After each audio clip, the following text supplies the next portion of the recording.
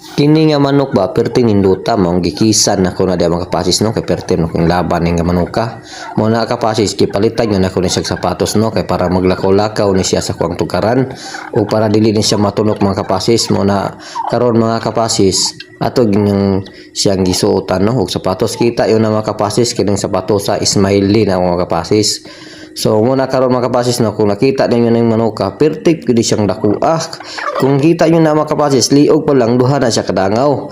Tiil pa lang na mga kapasis sobra po na dangaw. Munang mga kapasis kung matingala ka ani pero lahi ning klaseng manok kay perting kadako. Kung nakita yun na mga kapasis karon paminaw ninyo mga kapasis pila kayo ni sa kilo. So tanawa mga kapasis okay na kayo nakasuot na gid siya og sapatos formado na kayo mga kapasis paminaw na ko ani makauyab na ni siya karon.